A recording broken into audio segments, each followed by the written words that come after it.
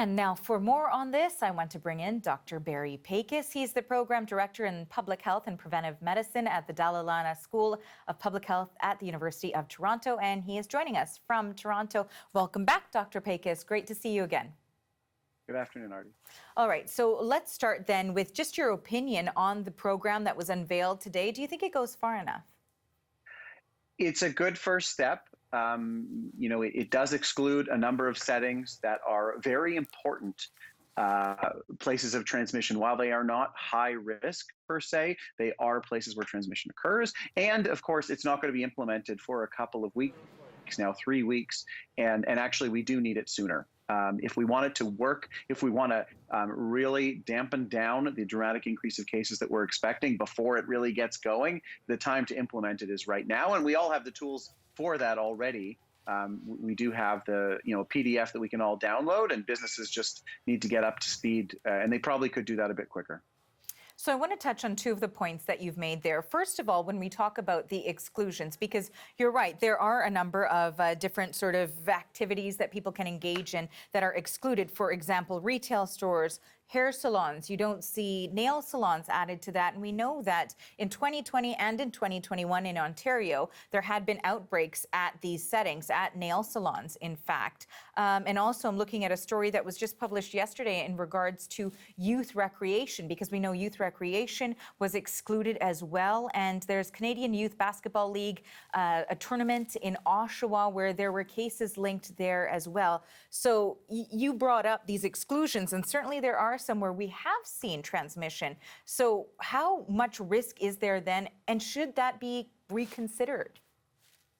I'm quite confident, actually, that some of these things will be reconsidered over time as we see more and more transmission in these settings. It would just be nice to identify those right away. And as we've seen throughout this pandemic, it does take some time, not only for the government to get on board, but justifiably for society to get on board with some of these things.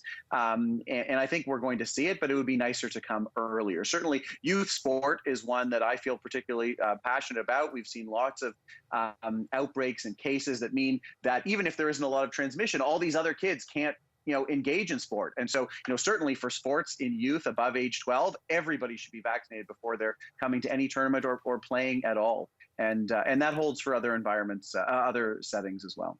And another point that you made was timing. We know that September 22nd, but you pointed out that the tool, that downloadable receipt that you can get on the provincial website, it is available to everyone who lives in the province who has been vaccinated now. So what do you make of the timing, given that school reopening is right around the corner, and we know that many of the people who are going back to school are not eligible to get the vaccine?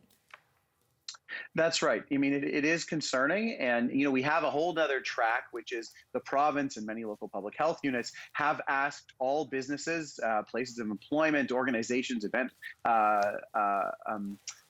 halls, everything, everywhere one could gather to have a vaccine policy, both from employees and people coming in. So hopefully that will cover some elements of this, but it really is the vaccine certificate that's sort of this objective thing that if business don't want to go ahead and create policies themselves and enforcement, the vaccine certificate would have been helpful a bit earlier. But I think it's critical to understand there's two pieces to this. One is reducing the risk of transmission at these events, which is very important, and that's where you want to go to the high risk settings, which has been done. The other piece, though, is really pushing and incentivizing vaccination among those 18% of Ontarians who don't have a dose yet. And while this program of focusing on high risk settings with a certificate does sort of get to those environments where sometimes it can spread more than others, it doesn't really incentivize or push vaccination as much as we would have hoped at this really critical juncture.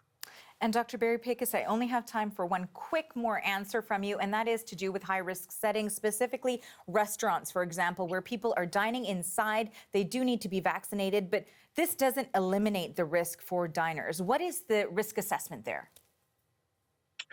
Anytime you're indoors sharing the air with other people and there's anybody unvaccinated there, there's no question there is a risk. Almost any other setting, you can at least wear a mask.